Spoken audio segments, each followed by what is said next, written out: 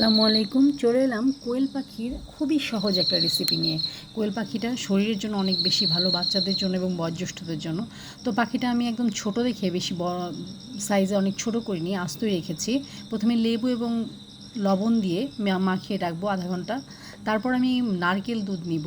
নারকেল দুধটা গরম পানি দিয়ে কিছুক্ষণ ভিজিয়ে রাখবো। তারপর আমি এটা ব্লেন্ড করে দুধটা ছেঁকে নেব এবং কিছু বাদাম রেখেছি, এটা ভিজিয়ে রেখেছি, এটাও ব্লেন্ড করে নেব। এবারে তেল দিয়ে দিচ্ছি।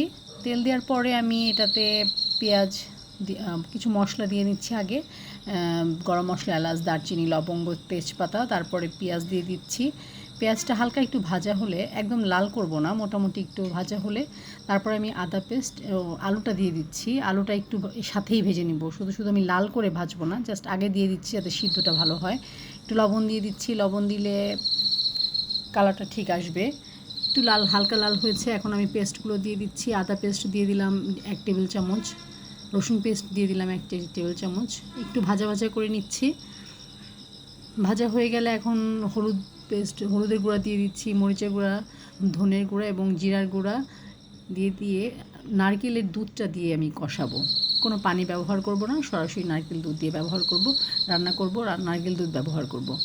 রান্নাটা বাচ্চারা খুবই পছন্দ করবে, কারণ নারকেল দুধ দিয়ে আমি রান্না করছি এবং এটা রান্নাটা মিষ্টি মিষ্টি হবে। এই জন্য পোলাও কিংবা ভাত সব কিছুর সাথেই খাওয়া যাবে।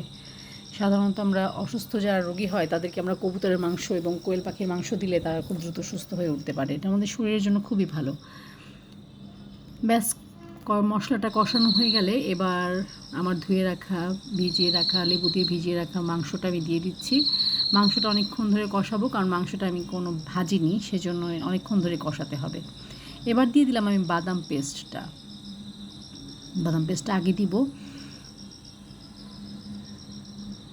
বাদাম পেস্টটা একটু 10 মিনিট ধরে আমি ভুনা করে নিয়েছি এবং এটার জালটা হবে খুব আস্তে, অত বেশি জোরে জাল হবে না, তাহলে নিচে লেগে যাবে। বাদামটার থেকে তেল বের হয়ে গেলে তারপরে আমি নারকেল দুধটা দিয়ে দেবো, বাকি নারকেল দুধটাও দিয়ে দিব সাথে।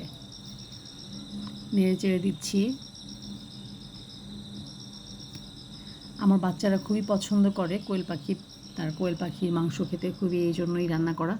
ব্যাস, নারকেলের দুধ পুরোটা দিয়ে আমি এখন সিদ্ধ করতে দিব এবং আর একটু লেবু দিয়ে দিলাম আর গরম মশলা, এলাচের গুঁড়া দিয়ে দিলাম।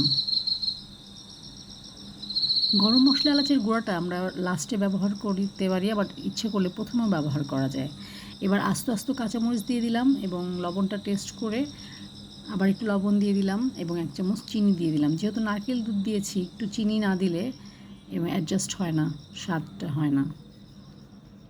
এবার ঢেকে দিচ্ছি। এবার প্রায় 15 মিনিট যাবত আমি আস্তে আস্তে রান্না করেছি। একদম মাংসটা সুন্দরভাবে সিদ্ধ হয়ে গিয়েছে এবং কালারটাও খুব সুন্দর এসছে। ব্যাস, তৈরি হয়ে গেল আমার নারকেলের দুধ দিয়ে মজাদার কোয়েল পাখি।